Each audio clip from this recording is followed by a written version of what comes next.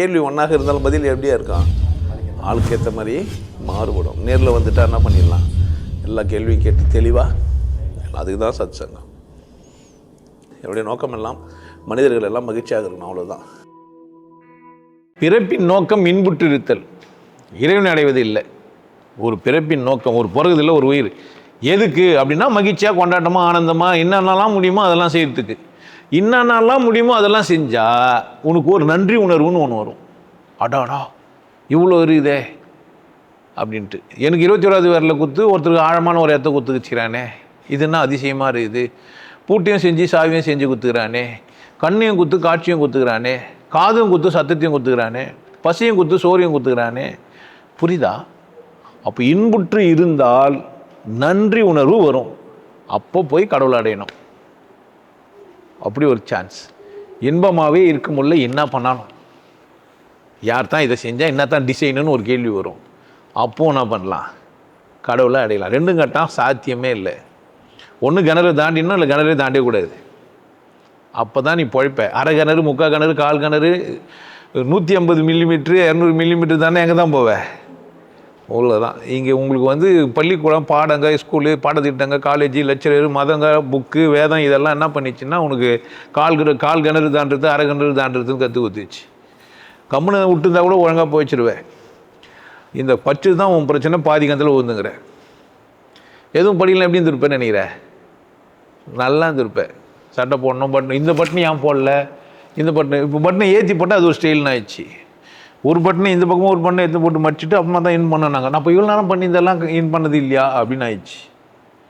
மதியானம் கூட ஒரு டையை கட்டி ட்ரை பண்ணி பார்த்தேன். புரியுதா என்ன சொல்கிறேன்? படிக்கலைண்ணா, நான் போகிறது தான் சட்டை, ஒரு துண்டு எடுத்து ஓதிரி மேலே மாட்டிங்கினேன், இல்லை எதுவுமே நான் சும்மா விட்டேன், போன இலையை கீழ்னேன், வெயிலாக இருந்ததுன்ட்டு பறவைங்கன்னா மாதிரி அந்த எங்கே போய் அது இன்ஜினியரிங் படிச்சதுன்னு தெரில, உள்ளே குத்தி வெளியேற்று அது அழகாக கோக்குது. அது இந்த புல்லு தான் அதுக்கு எப்படி தெரியுதுன்னு தெரில. இந்த டிசைன் இந்த வீடு வரப்போகுதுன்னு எப்படி தெரியும் அதுக்கு? ஒரு பிளான் இல்லை, ஒரு முன்னறிவிப்பு இல்லை, ஒரு இன்ஜினியர் இல்லை, சேங்ஷன் ஆகலை, கவர்மெண்ட் கிடையாது, போலீஸ்காரன் கிடையாது, நல்லா இருக்குது இல்லை. 2 வழி வர வச்சு இது ஏமாத்துறதுக்கு. பாம்பு கிம்பு போனால் இன்னொரு வழிக்கு போயிது, முட்டை இல்லை, இன்னொரு வழியை சீக்கிரட்டாக வச்சு அது வழியாக உள்ளே போகுது. இதெல்லாம் யார் சொல்லி கொடுத்தா? அப்போனா என்னடான்னா, நான் இன்புற்று இருக்க பிறந்தேன், அதை மறந்தேன். எதை மறந்தேன்? நான் இன்புற்று இருக்க வேண்டும் என்பதை மறந்துட்டேன். நான் இன்புற்றெல்லாம் இருக்கக்கூடாது, இப்போ ஒழுக்கமாக இருக்கணும். சந்தோஷமாக தான் இருக்குது தண்ணி குடிக்கிறதுக்கு. இந்த மாதத்தில் சூரியன் வந்த பிறகு தண்ணி உள்ளே போகக்கூடாது. இப்போ இன்புற்று இருக்க முடியும் ஒன்றும். அட பாவி, இன்னைக்கு அமாவாசை மீன் சாப்பிடுவியா பைத்தியம், நல்லவனா முடிஞ்சிச்சு உன் கதை.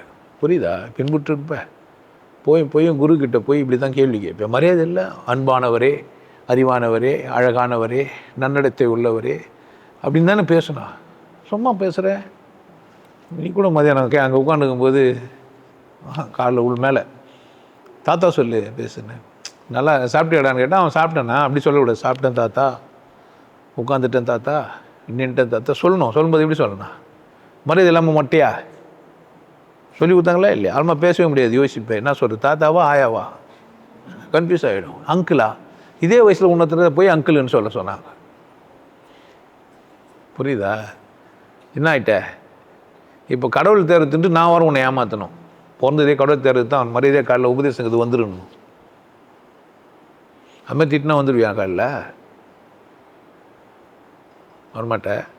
பணம் வேணும்ல, நல்ல வேலை பணம் இல்லை, இல்லைன்னா ஆகும். இப்போ எல்லாருக்கும் நான் சொல்கிறது 10 ரூபா. நான் என்ன பண்ணுவீங்க? நாளைக்கு உபதேசம் காலையில் 10 ரூபா என்ன பண்ணுவீங்க? எல்லாம் திரும்ப வரேன்னு வைங்க. என்ன சொல்கிறேன்? வரமாட்டேன். 10 ரூபாண்ணா கண்டிப்பாக வரும். புரியுதா அவனுக்கு? அதனால் கடவுள் தேடுறதுன்றது சராசரியாக வரக்கூடாது.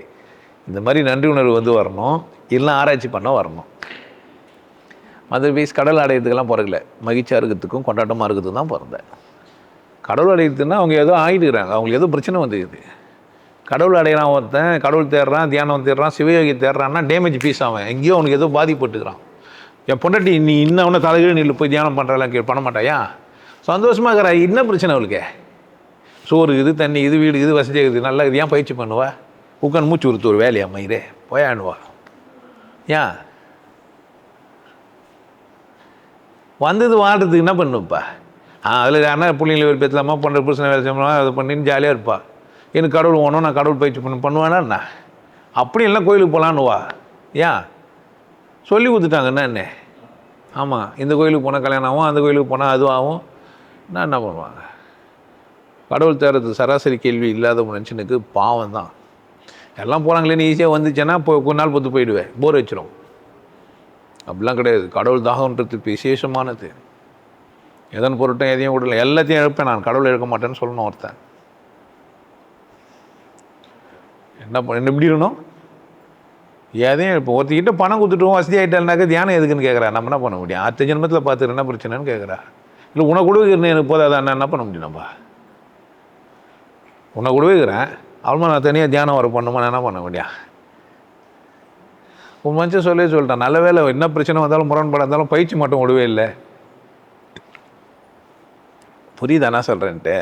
தாகம் பெருசாக இருக்கணும் ராஜா, ஆனால் பிறந்தது அதுக்கு இல்லை, மகிழ்ச்சியாக இருக்கிறதுக்கு தான்.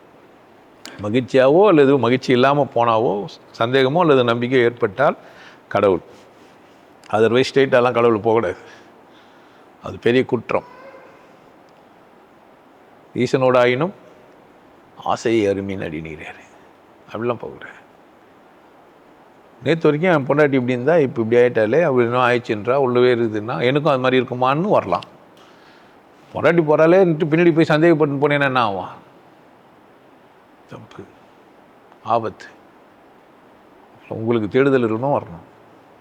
உங்களுக்கு எல்லாருக்கும் ஒரு விஷயம் சொல்கிறேன், ஆனந்த வாழ்வு அப்படின்ற ஒரு கோர்ஸ் யூடியூப்பில் போட்டு வச்சுருக்கேன். Happy life course. நீங்கள் மெம்பர் ஆனீங்கன்னா ஆனந்த வாழ்வு கோர்ஸை நேரடியாக நீங்கள் யூடியூப்பில் பார்க்கலாம். ஃபேமிலியாக டிவியில் போட்டு என்ன பண்ணலாம், எல்லாரும் ஃபேமிலியாக போட்டு பார்க்கலாம். ஒருத்தர் தான் சப்ஸ்கிரைப் பண்ணீங்க, 5 பேர் 6 பேர் என்ன பண்ணலாம், நீங்கள் அதை பார்க்கலாம். வாய்ப்பு பயன்படுத்திக்கப்பா. இறைவை உணர்வோம், இன்பத்தில் திளைப்போம். குருசில யோகிய நாடு, உன்னை நீ கொண்டாடு. கொண்டாட்டம் உனது பிறப்புரிமை. மனம் மறப்போம், மனிதம் வளர்ப்போம். நல்லா இருங்க, சிறப்பாக இருங்க, கொண்டாட்டமாக இருங்க. உங்களை நீங்கள் மதிப்பு மிகுந்தவராக மாற்றுறது உங்கள் கையில் தான் இருக்குது. நல்லா இருங்க. நான் ஒரு வாய்ப்பு என்னை பயன்படுத்திக்கலாம். நல்லது.